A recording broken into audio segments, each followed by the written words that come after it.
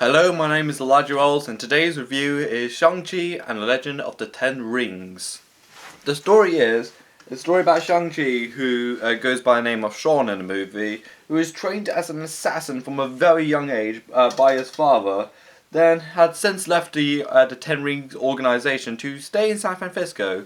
But after 20 or so years out of his father's radar, would I say he gets a really rude awakening at the bus, and so he comes all the way back from San Fran to Macau to find his sister, and they both get caught by his father, and he prophesies that his dead mother is alive the entire time.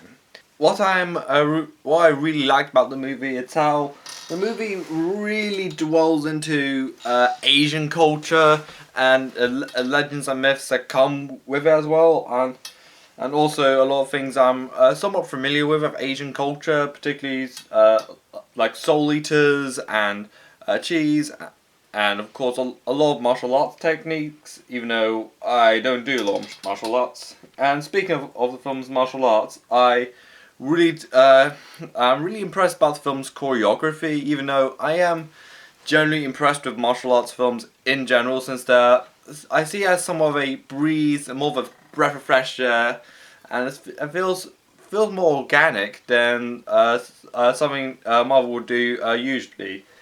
The fights being just feel new, just feels organic, just feels way more fresh than usual, which is kind of a little bit of a surprise to me.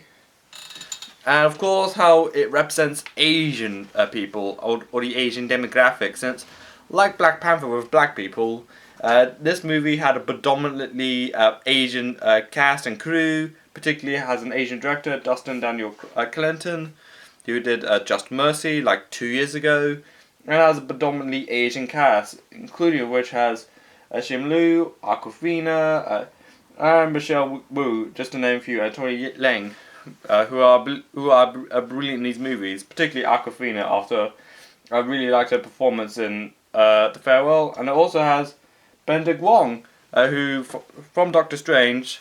What to say, he pops in more than just post-credit scenes. He also, interesting fact, gets into underground cage fighting, which is kind of new to me, even though I don't think monks would partake in that, but here we are.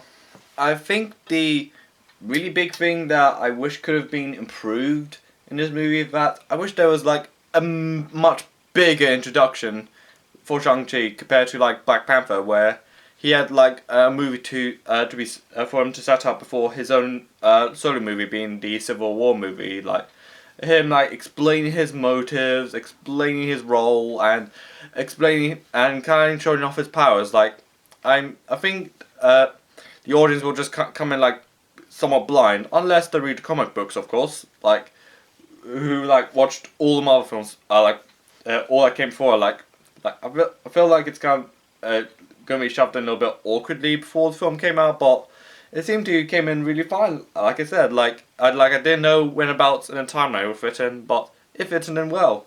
What I also liked about the movie is how gorgeous the cinematography is, and also how, like Black Panther, the set design and the costuming work is so brilliant, and how it's interweaved into Asian culture as well. Uh, and also the final fight scene involving two dragons and a water dragon is actually kind of brilliant, and also the maze literally made out of bamboo stock, which is actually pretty thrilling as well. All in all, I actually really like this one. I think it's like at least in the top tier or like top 2 tiers of my personal taste of Marvel films. Like I actually really like this one. The acting is brilliant, how it represents and how it explores Asian culture as well. The set design, costuming work, as well as the musical score, of course, and costuming work as well. Yeah, it's just, of course,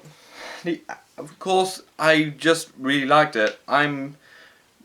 Even though he could have had a more even though the character should have a stronger introduction like Black Panther did, but all in all, I actually really like this movie. feeling a legit 8 out of 10 for this one. And this is Elijah Wells. If you liked this video, like it below. Follow me on Twitter and Instagram. Comment if you have any views on the movie. And this is Elijah Wells, and bye.